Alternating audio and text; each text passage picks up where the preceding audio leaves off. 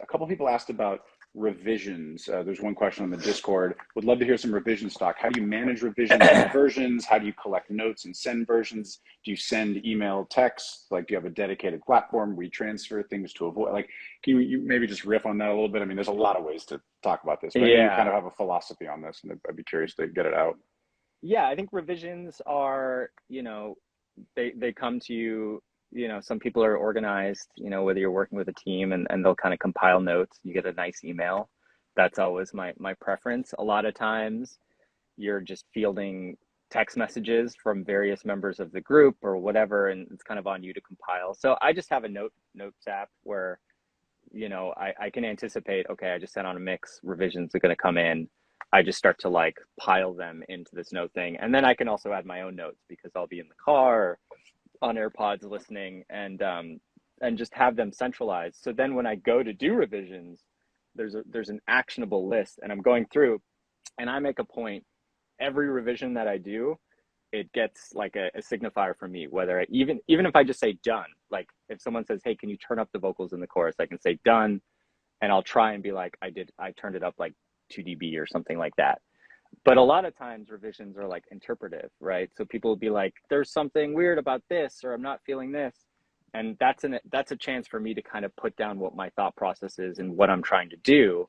So then when I do send the revision, send the mix, I'll copy that with my notes in bold. So there's an explanation of what I'm doing. And that might, solve the problem. That's ideal. Or it might be like, hey, I see that you tried to do this. I don't think it needs to be that heavy-handed. Like you're just communicating, right? You're Mm. giving them tools to give you further feedback, and there's transparency to the process. It's always weird to me when you get a revision back and it's just a file, and you're just like, well, what did you do? Like, did you fix everything? Did you fix some stuff? And I like to just be open about it, communicative, and just be like, this is exactly what I did. And if you don't like any of it, then we can. And it also helps me work my way back too, right? So if I can go back and look at those notes and be like, well, I turned the vocals up 2 dB, let's split the difference. I can come down 1 instead of just like trying to wing it on the next one. So that's my process. It's just try to document as best as possible and just try to communicate as best as you can. I try to say early in the process, it would be helpful if you guys could accumulate all the notes together and send them to me. And that Yeah. actually ends up, because inevitably in a process, there are disagreements in what people want to hear. Sometimes that means I'll do two versions. Sometimes it means, I have to give an opinion at the end.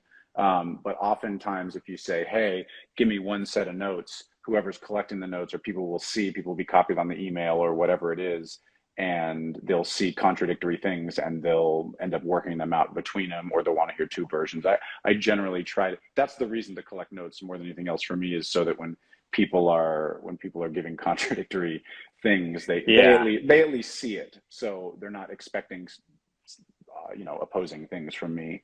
Do you Yeah. send do you I mean, I guess my answer to the question of how do I send it, I just send it based on sometimes I'll text it to people, sometimes I'll WhatsApp, sometimes I'll we transfer with an MP3 Oh, how and are a you WAV sending file. mixes? Yeah, it depends on the artist for me and what they want to hear.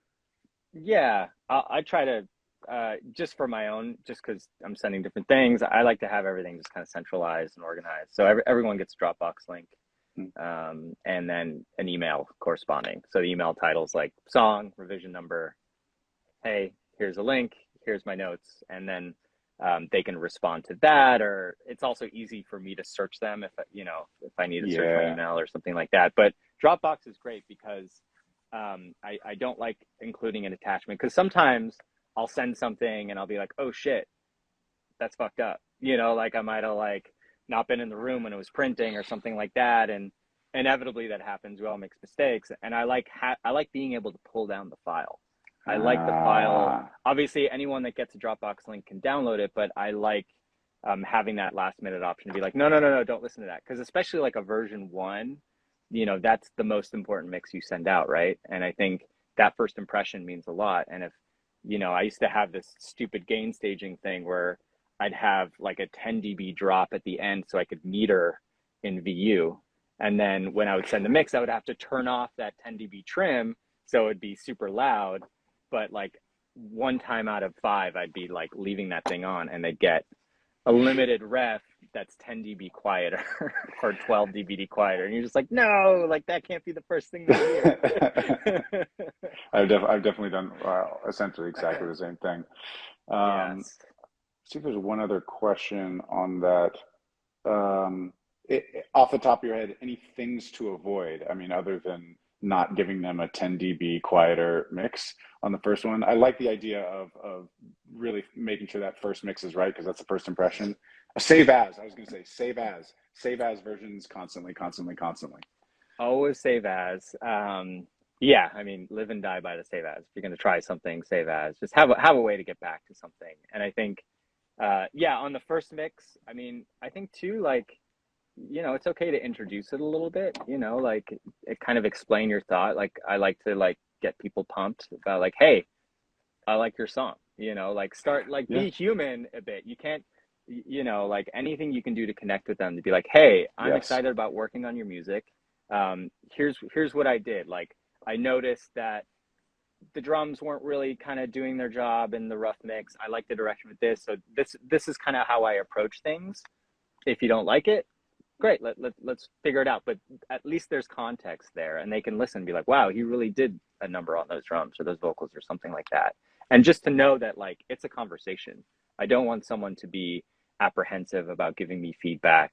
You know, I want to come in being like, this is the service industry, like I'm here to help you make your music what, you know, as good as possible, and like it's going to take both of us to do that. So here I am, like I'm on the team, you know. Hi. Absolutely. That's really good advice. The people often forget, especially when starting out, that especially if you're a mix engineer, you're coming on at the end of a process where there's been lots of stresses, lots of decisions, lots of opinions, lots of collaboration, and you're coming in at the very end. So to come in and just say, "Hey, I'm here to help," Yeah. that's a really important thing. Yeah. I think people are just so used to like just having the ego come in gunning, and just anything you can do to kind of disarm that, I think is going to work in your favor, especially especially if you're going into a record and if it's a challenging situation, you know, like you might be up shit's creek with like bad productions or bad engineering. And it's like, man, it's going to take a while to get there. So like at least having the interpersonal side taken care of is going to buy you a lot of, you know, a lot of flex and just getting the project over the line. Thanks for watching. Just a reminder, all of this content is free. There's no secret knowledge here. There's no Patreon. We don't read ads. We don't have sponsors. We're just trying to build a knowledge base. All that we ask in return is that you share it with somebody. Thanks so much.